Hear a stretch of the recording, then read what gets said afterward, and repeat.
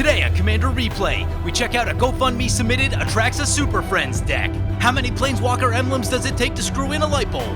Find out next on Commander Replay. I want to thank my awesome Patreon supporters. We have two new Patreon supporters in Tim Roberts and Zacchaeus. Tim and Zacchaeus, you guys are awesome. If you want to help support the channel and vote on which decks I play next, feel free to check out my Patreon at the link below. Hey guys, I now have an affiliate link with TCG Player, so the next time you're buying cards, be sure to use the affiliate link because it doesn't cost you anything and it helps support the channel. Welcome back everyone, playing some Atraxa Super Friends today. Today's deck list comes to us from GoFundMe donor Ken, and he brought us that fun little Joda deck that we played last time around, but today we are on Atraxa Super Friends. Take a look at this opening hand. We've only got 2 lands, not in love with that.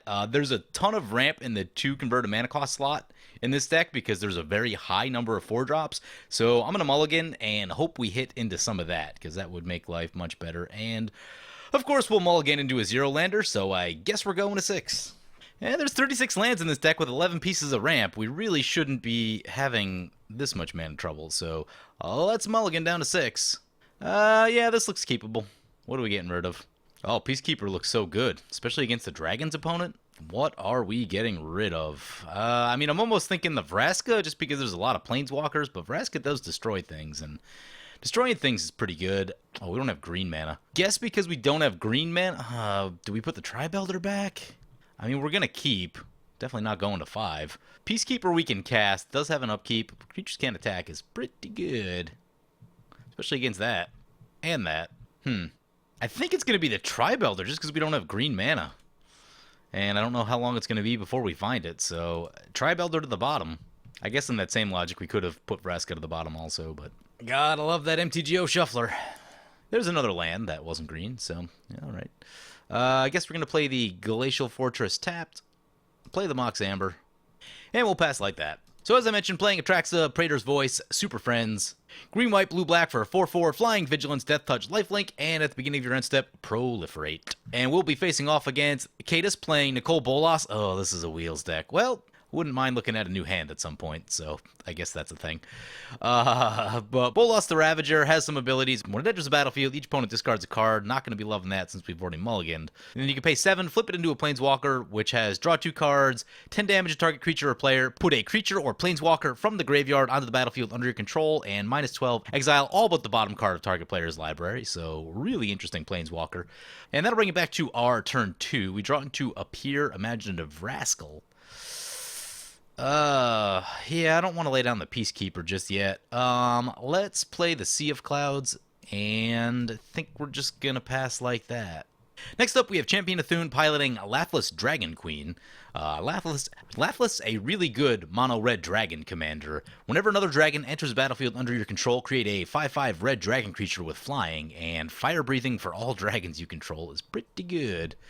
And then finally, we have Rankle, Master of Pranks, one that I haven't seen yet, but looks solid. 4 mana for a 3/3 with flying and haste. When it deals combat damage to a player, choose any number. Each player discards a card, each player loses 1 life and draws a card, or each player sacrifices a creature. Yeah, there's some nasty modes on there, and the fact that you get to choose seems pretty good. Has haste, comes in and can do the thing right away. All seems good to me. We draw into a Tamiyo, a Moonsage. Still a few turns away from that. Let's play this land. I'm not sure when the wheels are going to start, but I'm just going to lay down the Peacekeeper. I'd rather have that in play. I know we're going to have to pay the upkeep, which isn't amazing. But if I'm expecting wheels and all the stuff's going to get wheeled away, I'd rather have this Peacekeeper. Also, it'll probably force opponents into just firing some removal at it. So we had a little crash right there. We're back from the crash. And opponent lays down a Gem of Becoming. We get a Dragon's Horde out of the Lathliss. And there is a Raider's Wake on the Rankle. That'll bring it back to our turn. We do have to pay the upkeep right here. It's not amazing, but we draw an Urza's Ruinous Blast. Decent piece of removal. Nothing to really blow up yet, so I think we're just going to chill. Opponent's going to sacrifice their Gem of Becoming. They get to find an island, a swamp, and a mountain. Not terrible. Maybe a little pricey at 3 and 3 to get it going, but when you need mana, you need mana. I would sign up for one of those right now. Opponent gets some lands. Ooh, I didn't realize you could get dual lands and shocks with the Gem of Becoming. It's not bad. Opponent discarded a card to hand size, which triggers the Raider's Wake, and they lose 2 life. Raider's Wake, if Raider's Wake with wheels is gonna be bad here. Here comes a Commander Sphere for the Lathliss, sure. Here comes a Dread Presence. Yeah, that's probably gonna shoot our Peacekeeper. There's the Swamp. Peacekeeper down. At least we won't have to pay the upkeep anymore. I do want to start thinking about Tamiyo or getting some kind of Planeswalker into play. Lathliss opponent's gonna give the Dread Presence haste. Dread Presence coming our way. Yeah, Atraxa super friends. Not going to make so many friends at the table. The raid ability is going to trade her on Raider's Wake, and they're going to force us to discard a card. Okay. Peer, I guess, because no green mana. And then we lose 2 life. Well, there's the green mana that we've needed for a long time. Play the Overgrown Tomb. I guess we're going untapped. Gonna save that Urza's Ruinous Blast. What are we doing? We could go Tamiyo. Wouldn't mind drawing a card. Maybe we're on Atraxa right here. Blocking seems good. And we can proliferate at the end step. Nothing to proliferate. Here comes a Gilded Lotus for opponent. Yep. Gonna be a lot of mana for the Nicole Bolas. Here comes that Lathliss. Yep. Lathliss unfortunately does not get hit by the Urza's Ruinous Blast. Opponent's gonna draw a card with the Dragon's Horde. Yep. Opponent plays a Swamp. Gonna draw a card and lose a life. Yep. We should think about doing... I'd love to get rid of this Cabal Coffers, or at least tap it down with the Tamiyo at some point.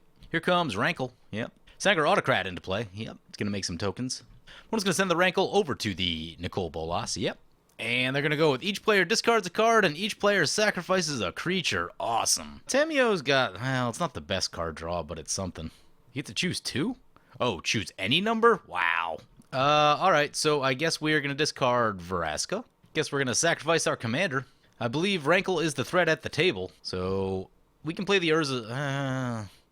Ruinous Blast isn't the best because it blows up. It gets rid of all of our opponent's ramp, and if they were planning to, like, play removal, I think we're still going to do it. We'll get rid of the Dread Presence, they'll get rid of the Raiders, they'll get rid of the Autocrats and the tokens. Brings it back to our turn. There's a Leyline of Anticipation. Yeah, oh, we don't have a legendary creature in play anymore. We can't play the Urza's Ruinous Blast. Okay. Cool. I guess we play the Leyline, then. Hope someone else has a board wipe. Here comes a Diabolic Tutor. Hopefully Blasphemous Act. Here comes a Damnation from opponent. Alright, alright. Fresh start on things.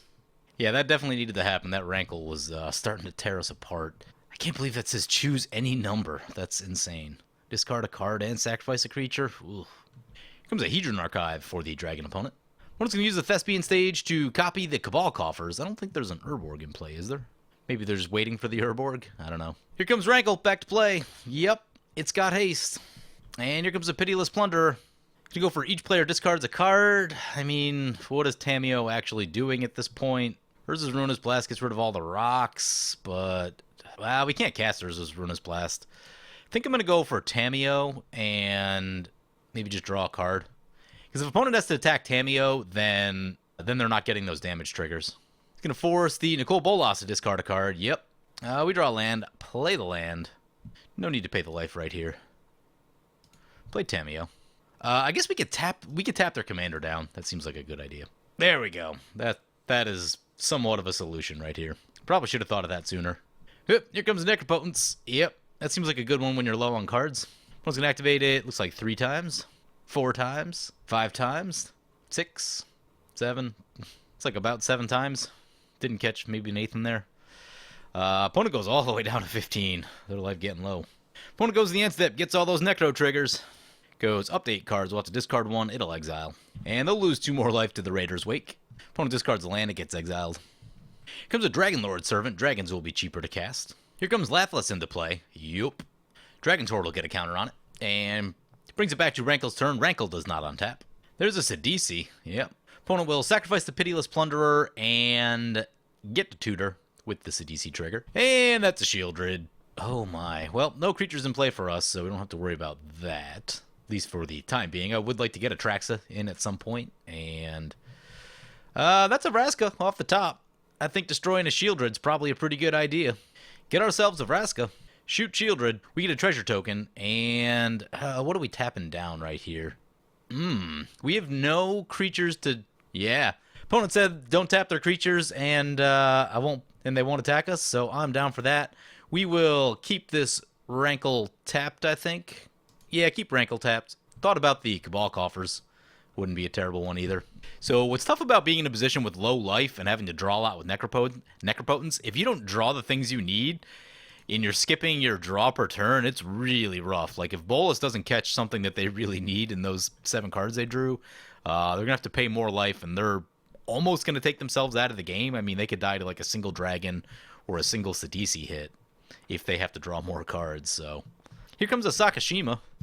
This can copy any creature on the battlefield. It's going to copy a Sidisi. Opponent's going to tutor with it, yep. Here comes Nicol Bolas, Dragon God. Oh boy, I don't think I've seen this one yet. Has all loyalty abilities of all other planeswalkers on the battlefield. You draw a card, each opponent exiles a card from their hand or a permanent they control. Destroy target permanent or planeswalker. Each opponent who doesn't control a legendary creature or planeswalker loses the game. Oh my. I mean, I still feel like we're not the target, so... Opponent's going to tap down the Sidisi. Okay. Dragons are going to have some interesting choices to make. Opponent can activate the Necro more times. Yep. Ooh, the good news is, assuming Tameo survives, which it should, we should be able to draw 2 cards right here with all this stuff being tapped. Maybe a third with Lathliss, so looking at some extra cards right now is going to be a pretty good idea. Here comes a Chandra Torch of Defiance, yeah. Gonna add some red mana. Ooh, a Demanding Dragon. Enters battlefield, deals 5 damage to target opponent unless that player sacrifices a creature. Okay. That'll trigger Lathliss, and that'll trigger the Dragon Horde. And let's see where they point the Demanding Dragon. Gonna point it at the Nicol Bolas opponent. Yeah. So they go down to 7. Lathliss could just finish them off right here if they wanted. Would not be the worst idea I've ever seen. Gonna pump the Lathliss. Lathliss at 7. Swinging into the Nicol Bolas. See if they got anything. Could have like an unsummon or something like that. On 1 mana, there's not too many options, though. Opponent gonna Necro more times. Probably gonna Necro their way out of the game. Funny story, by the way. If someone has Necro in play and you steal their turn with a Mindslaver or an Emrakul, you can just kill them. I've had that come up once or twice. So Nicol Bolas goes down to the Dragons. None of Rankle's stuff on taps. Here comes Thieving Amalgam. At the beginning of each opponent's upkeep, you manifest the top card of that player's library. Whenever a creature you control but don't own dies, its owner loses 2 life and you gain 2 life. Interesting. So it brings it to our turn. That's going to manifest. Opponent gets themselves a 2/2. We've got a Captain Sisse in hand. That's a pretty good one. Thinking about flashing that one down at instant speed. But there are 3 tap creatures from our opponent, so I think now is a great time to draw. Oh, target player. Well, drawing 2 is still probably a pretty good idea. Alright, we draw some things. Whenever you cast a non-creature spell, proliferate. Yeah. Play the island. Check out our mana. We're on 9 mana, which is 1 short of being able to Atraxa and Sisse. If we made another token, which we could, then we could Atraxa and Sisse. That might be the plan. This Thieving Amalgam seems like it has the potential to just get completely out of hand. So I think we're going to pop that. I mean, Lathliss can get out of hand too, but... So pop the Thieving Amalgam. We now have 2 treasures, and that's 10, so that's enough to go Atraxa and Captain Sisse. We'll bring those down at instant speed as we need to. Hope there's an Ugin in this deck. I'm going to go check while this is happening. Opponent adds 2 red mana. Going to draw a card. Okay, there is an Ugin in the deck, so that's probably the thing we want to be going for. The Thespian Sage is now going to change to a copy of Tectonic Edge. I'm down for that.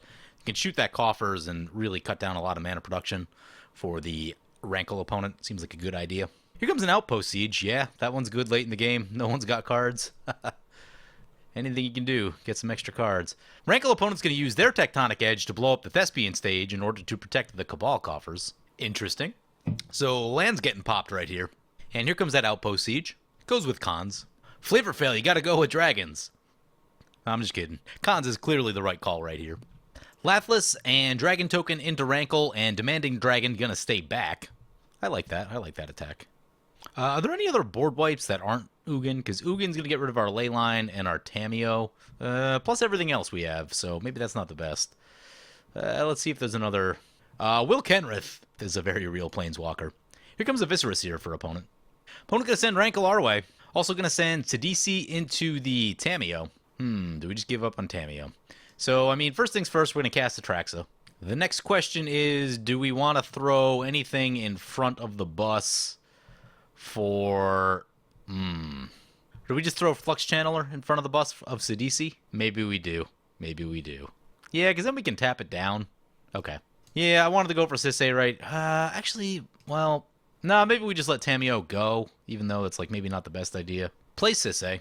So, like, drawing cards with Tamiyo, like, may get us into something. Activating Sisei one time will definitely get us something. So, I think I just like that better, which is why I'm going to give up on the Tamiyo right here. So, block the Rankle. Rankle down. Rankle's going to scry, so we don't gain the life. With the Viscera Seer. Opponent casts a Flame Sweep, deals 2 damage to each creature except for creatures you control with flying. Oh, that's going to pop our Sisei. Okay, well, Sisei down. Manifest token gets sacrificed to the Viscera Seer. It's also going to get rid of the Viscera Seer. Flame Sweep, not on my radar. Not terrible. Although I like Volcanic Fallout just because it can't be countered. There are quite a few decks, especially with like Chulane running around now, where there's a lot of creatures with low toughness, but they might have counterspell backup. So Volcanic Fallout, super good for those situations. It also hits players for those times when someone's stuck at 1 or 2 life. So Tamiyo down. This line of play is looking much less solid than it was before. That Flame Sweep getting us pretty good. Raider's Wake's going to trigger. Going to force us to discard. Flux Channel are going to go down. Ooh. All right, we lost a few more things than I was really looking to lose right there. But even if we cast the Flux Channeler, it still just dies to the Flame Sweep, so not in the best of spots. Could use a big draw. It's a Dovin. Okay. We can draw a card to gain a life. That's interesting. We can make one target creature -3/-0, and its activated abilities can't be activated. It's not the worst thing I've ever seen. I think I'm maybe in the card draw mode, though. Yeah, let's play Dovin. Everyone with 0 cards in hand. Dragons will get an extra card with the Dragon's Outpost. Also, they got the Dragon's Horde, so they're ahead at this point, actually.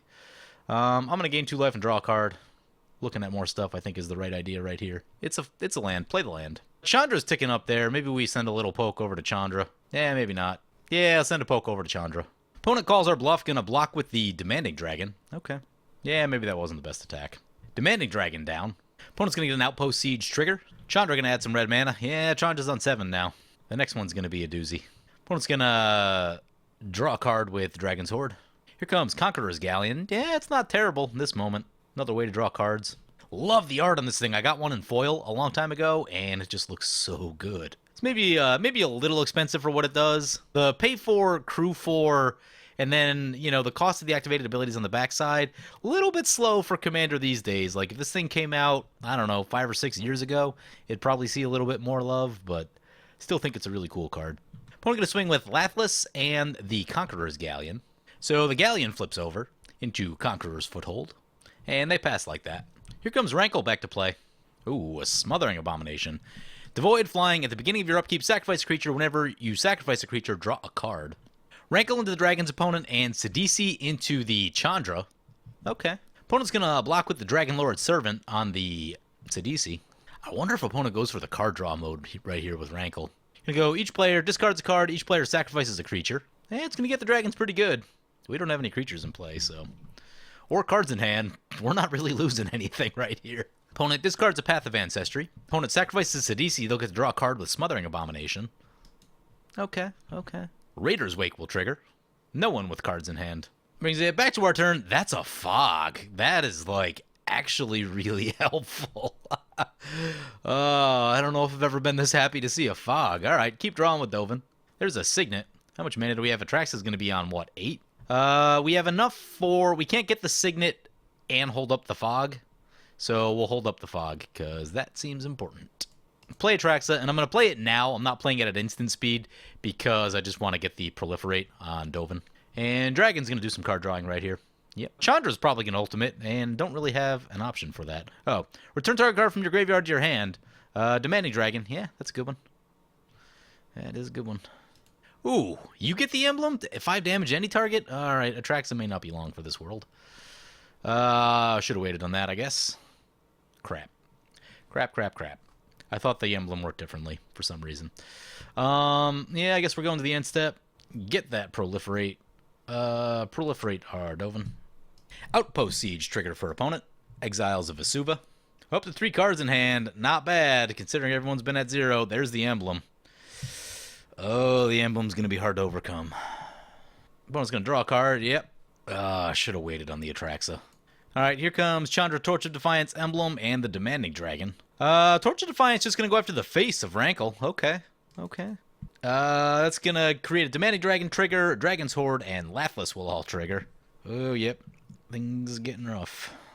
Demanding Dragon trigger at the Rankle. They're going to sacrifice their commander, so they draw a card. Lathliss will create a token. Puts another counter on the Dragon's Horde. Oh, that's so good. Dragon's Horde been doing work for them this game. Opponent can put haste on the token. Yep. Oh, man, we could fog this. I don't think it's time to fog just yet.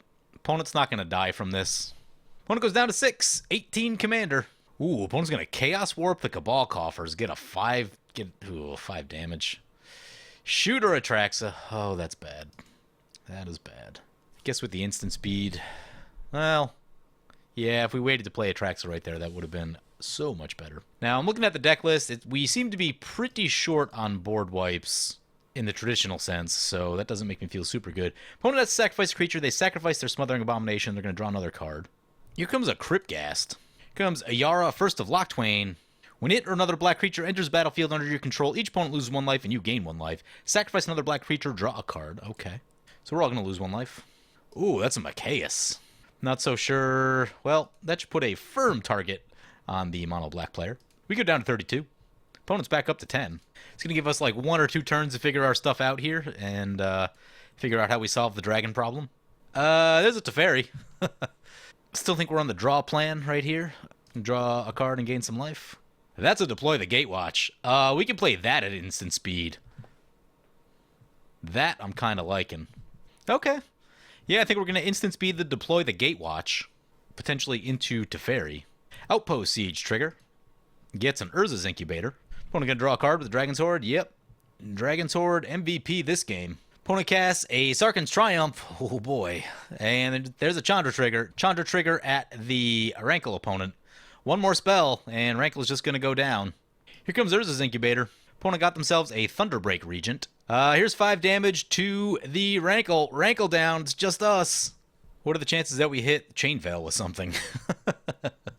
Oh, we need more mana rocks, though, don't we? To make all that work? I think we do. Untap up to 4 target permanents. Okay. Yeah, I think we need a double producer in there. Yeah, you need a double producer in there. Here comes a Thunderbreak Regent. 5 damage to Dovin. Yep, Dovin down. Dragon's Horde, Lathliss will trigger. A lot of dragons.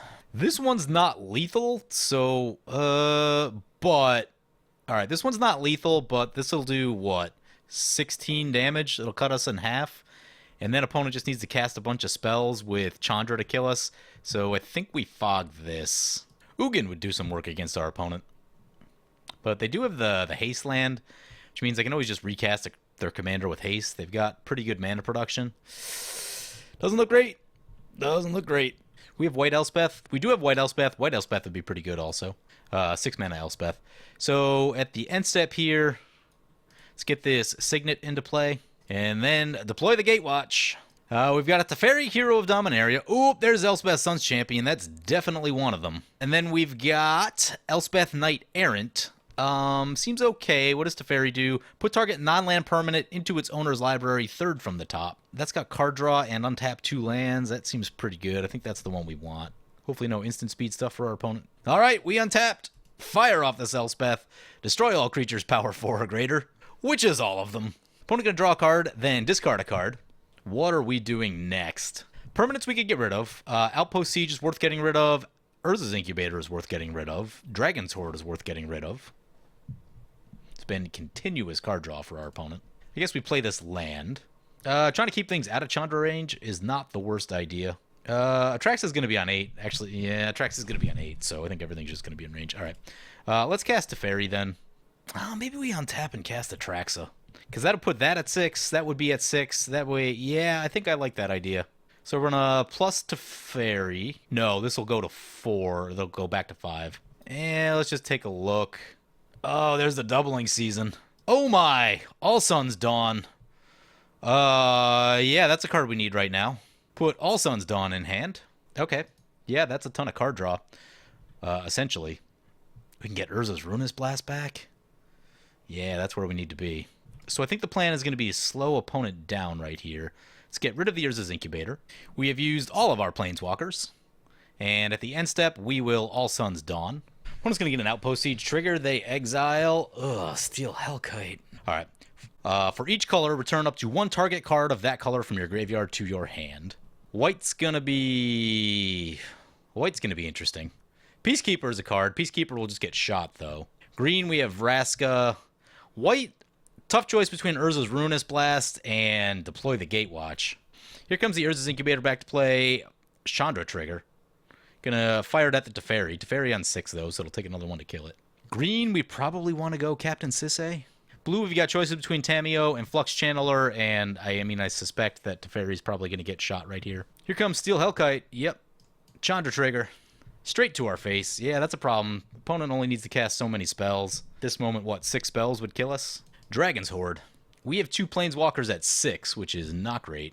Yep, gonna give it haste. Okay, they can't pay 6, so that's good. They can still destroy some stuff, though. We've got, what, 3 mana left? Could get our Signet or our Mox Amber. Opponent hits us, it brings us down to 24. Activates for X0, gonna get rid of the Mox Amber. Mox Amber down. All Suns Dawn. Choose a white card. I'm thinking Urza's Ruinous Blast because it gets rid of a lot of mana production. It's gonna get rid of Urza's, Outpost Siege, Hedron Archive, Dragon's Horde. Also get rid of the Steel Hellkite. That's a lot of things. That'll really hurt opponent. That gets rid of their card draw. They're kind of stuck with what they have in hand, at least for the moment. They do have a Makokoro, but it should cause a lot of tempo loss, which is what we need from them. They'll be able to cast less spells, so I think we're going for the Urza's Ruinous Blast. For blue, we've got choices between Dovanbon, Flux Channeler, and Tamiyo. We still got 2 card draw Planeswalkers in play, so I'm thinking maybe the Tamiyo for tapping stuff down. We start tapping lands down, slow them down even more. Although, -3 on some of the dragons is not terrible either. I think we'll go for Tamiyo. For black, we have the choice between Doomblade, Vraska, and other Vraska. I think I'm going for the Doomblade, honestly. And then there are no other legal targets to choose. Green, we have a choice between Fog, Vraska, and Pier. Pier just gets shot. Vraska can blow things up, but we already have removal coming. Fog seems like a good idea. Maybe we go for Pier. Let's go for Pier. Opponent's going to draw a card, then discard a card. Yep. We get 4 cards back. Ooh, that's Silent Arbiter. That could be helpful in a moment. Play Pier, sit on Urza's Ruinous Blast. That's probably the game plan. What are we doing with all these abilities? We can get some extra mana out of that. We get more mana out of that. Okay, let's get Pier. Do we have a partner? Let's find out if we have Toothy. No Toothy. Plus Elspeth. Plus Teferi. Oh, that's a humility! Oh my god. Oh, that's massive. That is so massive. Okay. I think we should probably use the mana mode on Teferi. So this would get us the Ruinous Blast, and then we could use Teferi to untap 4 permanents to play Humility. Yeah, I think that's what we're doing. Play Urza's Ruinous Blast. Opponent loses a lot of stuff. Then we untap things with Teferi. This will kill Teferi. I think it still has to happen. Unless we could plus with Teferi. Does Teferi just die anyway? What I want to do is I want to keep so many targets in play that opponent, they can't like just kill us with Chandra triggers. Lathliss is going to cost a bit to recast. Maybe we just sit on a Doomblade? We'll get 2 lands to untap. Yeah, let's sit on Doomblade, so let's plus with Teferi. There's a Karn. Yeah, let's grab Karn. So we get to untap 2 lands. Untap the Swamp and the Swamp. So the plan right here is going to be Doomblade Lathliss, and then really just try to, like, make it so expensive that they can't keep recasting it. Oh, opponent's going to cast a Chromism? Oh, that's a Chroma's Memorial. That is bad. Means we can't Doomblade stuff. Humility should override it, though, once that's in. Opponent's going to shoot the Teferi Hero Dominaria with the Chandra trigger. We do need to find a way to, like, close this out quickly with those Chandra triggers. This isn't going to go all that long. Brings it back to our turn. There's a Nev Disc. What does that solve? That would get rid of that and our Pier. I don't think we're on the Nev Disc plan right now. I think we are on the Humility plan. Opponent's going to draw a card, then discard a card. Yep. Oh, I should have plus first. Whoops. Create some soldier tokens. Get Karn. Use the plus on Karn. Oh, that's a Chain Veil. I don't think we have enough. Opponent just gave us the Chain Veil. Oh, man. We could untap 4 permanents. Or 1 short. Oh, no. We're going to untap some lands with Teferi. I think right here we're going plus on Tamiyo. Cast Tamiyo. Tap down the, let's say the Conqueror's Foothold. Swing for 1. Again, we still don't have tons and tons of time here. If we can ultimate Elspeth with the Chain Veil, ooh, with Pier not giving the double plus on Elspeth, maybe we can't. It's still going to take a minute to get there. Let's see if opponent picks up that they need to shoot Teferi, because if they don't, they're in real trouble. We draw a Garruk Wildspeaker. Oh, that can close the game out quicker. We have tokens with Trample. Here comes Torbrand into play. Chandra trigger. Straight to our face. Uh-oh. Opponent needs another spell. There's an Elspeth, so opponent scoops it. They did not stop Teferi Chainveil. They had Flamecaller and Utvara Hellkite in hand. So let's just like run this out for a second. So if we play the Chainveil, take 4, and then we take 2 to activate. We would use Teferi, untap some stuff. Yeah, we make a bunch of soldier tokens. Try to get Garruk into play. I don't know if we could this turn. It would take us a minute. But, you know, some semblance of make a bunch of tokens. Try to get the ultimate there. Ultimate on Garruk is super easy to hit. And swing away like that. Yeah, opponent's creature is not so good with humility in play. So opponent scoops to the humility. So I get it. Facing Atraxa Planeswalkers is not fun. Like, once the Planeswalkers start rolling, you're really in trouble. And then the fact that we landed the humility, a mono red deck does not have great ways to interact with humility. You're going to be looking at colorless cards, and you know they need to draw into them. Now they did have some drawing power, plus the fact that they get to shoot us in the face with Chandra repeatedly. I think they probably would have won the race if they stuck it out, but I get it. It is so frustrating to try to face down the Planeswalkers once they get going. So, yeah. Oh, Planeswalker decks. As far as the Planeswalker choices, I felt like all the Planeswalker choices were pretty solid in the deck. One thing, and this is just the thing that's going to happen with Atraxa Super Friends in general, a lot of 4-drops right here.